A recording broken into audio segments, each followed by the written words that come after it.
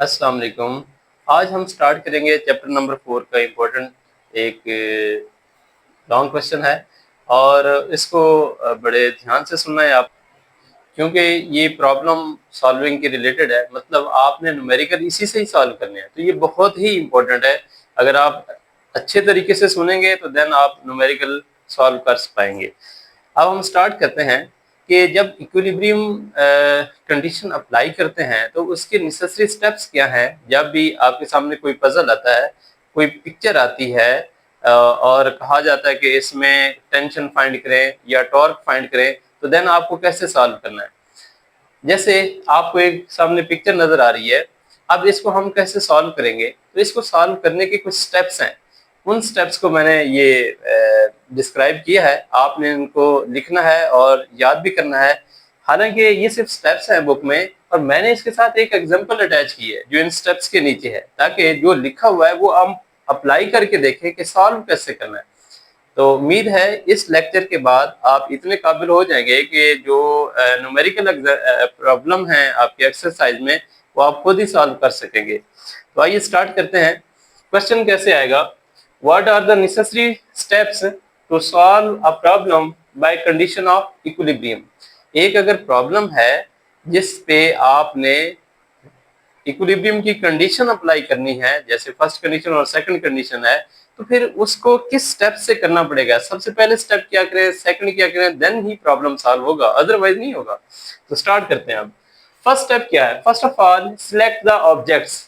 आपको जो प्रॉब्लम है, जो आपके सामने पजल है, सबसे पहले आप उसको सिलेक्ट करें। जैसे कि मैंने एक पिक्चर ये ले ली है, इसको सिलेक्ट कर लिया, इसका मतलब ये है। ये इसलिए मैंने एग्जाम्पल स्टार्ट किया ताकि साथ साथ आपको समझ आ जाए।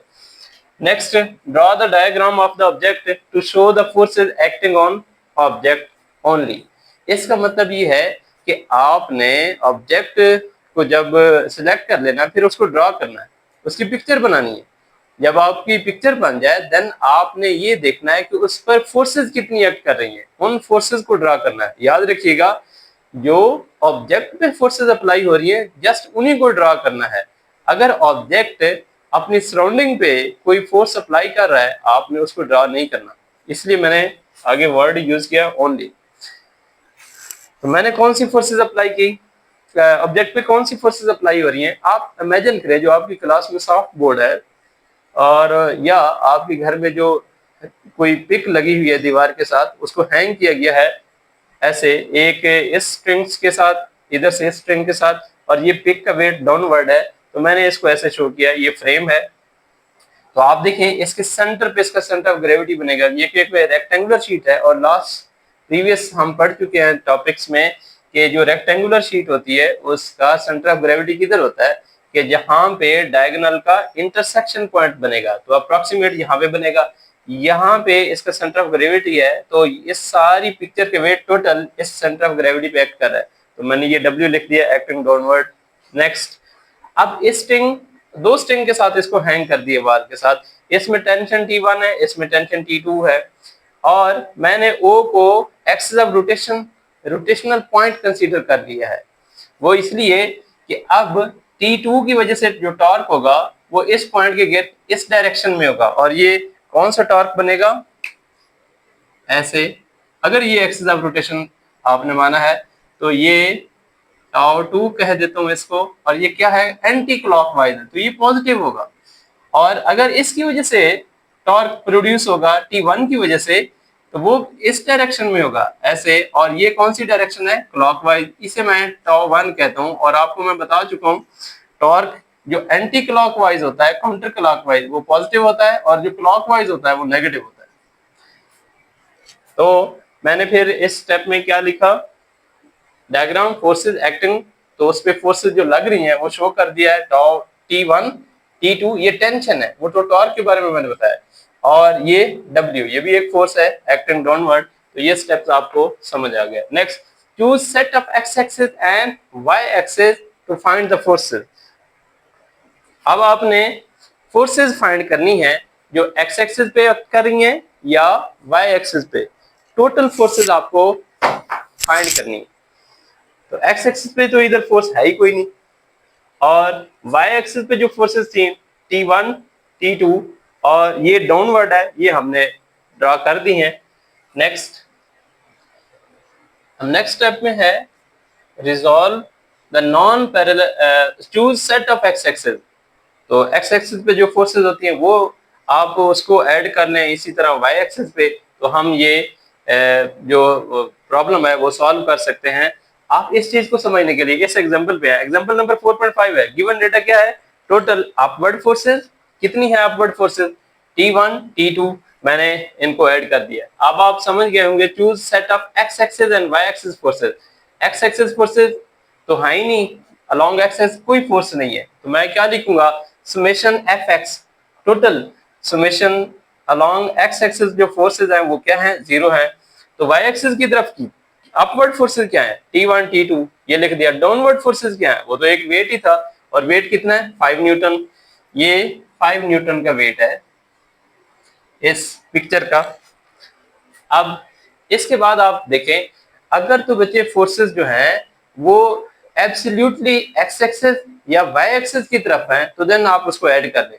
अगर वो नॉन पैरेलल फोर्सेस है, जैसे कि रेजोल्यूशन ऑफ फोर्स में आपने सीख लिया है कि अब एक फोर्स है जो कोई एंगल बना रही है, जैसे कि ये फोर्स है, ये कोई एंगल बना रही है, तो आपने इसको रिजॉल्व करना है किस में, इसके रेक्टेंगुलर कंपोनेंट्स में, एफ वाई एफ एक्स में। तो देन मैंने इधर क्या लिखा है, apply summation x and summation resolve the non parallel forces, जो पैरेलल नहीं होती उसको रिजॉल्व करना है किस में, रेक्टेंगुलर कंपोनेंट्स में, जैसे कि अभी आपने बताया, या आप रेजोल्यूशन ऑफ फोर्स को याद करें। अप्लाई समेशन, अब आपने क्या करना है, ये कंडीशन अप्लाई करनी है, जैसे कि हम इससे उसमें जो एग्जांपल है इसमें देखेंगे कैसे summation F x equal to 0 और summation F y equal to 0। मैंने एग्जांपल का डेटा लिख दिया, ये एग्जांपल, इसका डेटा लिख दिया, अपवर्ड फोर्सेस, डाउनवर्ड फोर्सेस, और tension in the string T1 है और T2 है। There is no horizontal force, so summation F x क्या है, 0। अब सॉल्व करते हैं इस प्रॉब्लम को। सोल्यूशन में क्या लिखेंगे, तो सबसे पहले यहां से सॉल्यूशन अप्लाई हो जाएगा, अप्लाई समेशन एफ एक्स। तो बच्चे समेशन एफ एक्स वो तो है ही 0, ऑलरेडी प्रूव्ड हो चुका है, इसमें लिख दिया पहले ही।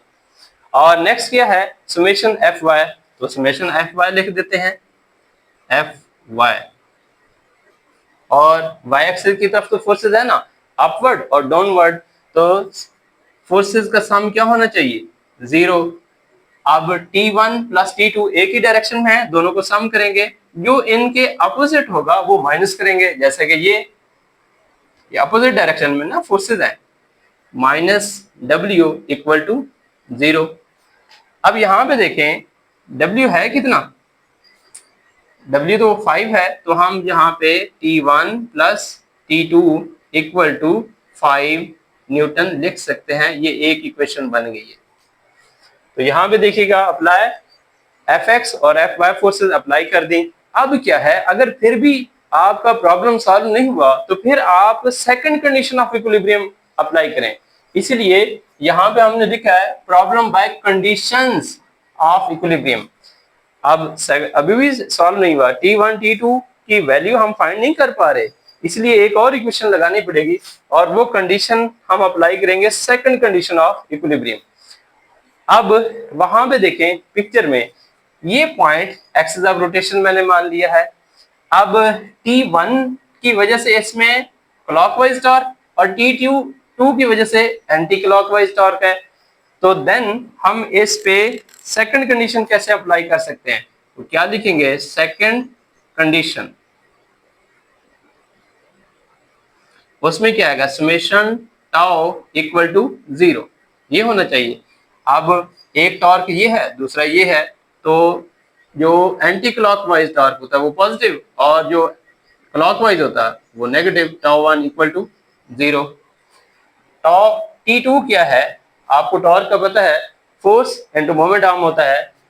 अब T2 भी फोर्स है, T1 भी फोर्स है, लेकिन एक्सिस ऑफ रोटेशन ये है, तो ये है मोमेंट आर्म OB।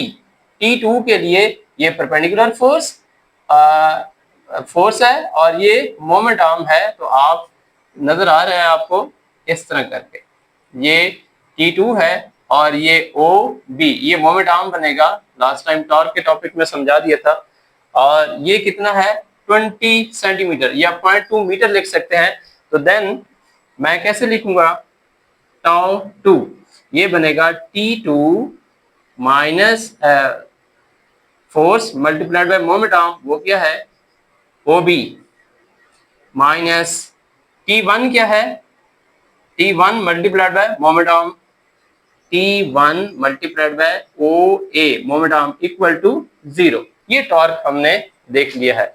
अब इसको हम सॉल्व करते हैं। आपको यहाँ भी क्या नजर आ रहा है, OB और OA दोनों में सेम वैल्यू है 0.2 मीटर या 20 सेंटीमीटर 20 सेंटीमीटर।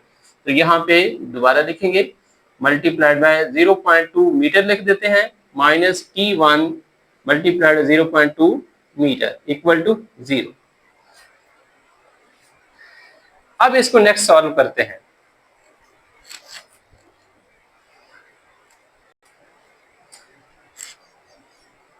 अब नेक्स्ट स्टार्ट करते हैं कि इसमें 0.2 मीटर कॉमन है, तो ये बच जाएगा T1 minus T2 equal to 0। ये जाके उधर डिवाइड कर दें, T1 minus T2 equal to 0 by 2 metre. 0 over something 0 ही होता है, तो T1 minus T2 equal to 0। ये हमारे पास दूसरी इक्वेशन आ जाएगी। आप इक्वेशन 1 और 2 को ऐड कर दें। यहाँ पे देखें, apply summation F summation Y, get 2 equation, 2 equation आ गई 1 और 2। Apply summation tau equal to 0 to get another equation, ये सेकंड कंडीशन अप्लाई की, दूसरी इक्वेशन आ गई। अब क्या करना, हमने इन 2 इक्वेशन को सॉल्व करना है। क्यों सॉल्व करना है, हम फाइंड करना चाहते हैं एक अननोन क्वांटिटी, वो क्या थी T1 एंड T2। ये 2 क्वांटिटीज हैं, इनको हम सॉल्व करना चाहते हैं। तो देन हम ऐसे भी लिख सकते हैं, क्वांटिटीज ये फाइंड करना चाहते हैं। देन दोनों इक्वेशन को मैंने क्या लिखा, एडिंग 1 एंड 2, दोनों इक्वेशन को ऐड करते हैं, हमें डिजायर्ड वैल्यू मिल जाएगी। तो पहली इक्वेशन क्या है, वो है T1 minus T2 equal to 5 newton, first equation. Second अभी फाइंड की, T1 माइनस T2, सॉरी ऊपर वाली प्लस है, इक्वल टू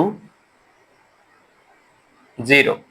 ऐड करें तो ये दो कैंसिल हो जाएंगे, अपोजिट साइन है, एक जैसे हैं। यहाँ पे आ जाएगा 2T1 इक्वल टू 5 न्यूटन। आपने T1 फाइंड करना है, तो ये 5 न्यूटन डिवाइडेड बाय 2, ये अप्रोक्सीमेट 2.5 न्यूटन आ जाएगा। तो T1 फाइंड हो गई, यही टारगेट था हमारा। एक क्वांटिटी आ गई, अब दूसरी करनी है, तो इसमें वैल्यू पुट कर देते हैं। यहां से इसको चेंज कर लें, क्या है T1 किसके इक्वल होगा, T2 पे। इसका मतलब है जो T1 की वैल्यू है वही T2 है, तो वो कितनी है 5 न्यूटन। तो अब हमने प्रॉब्लम को सॉल्व कर लिया।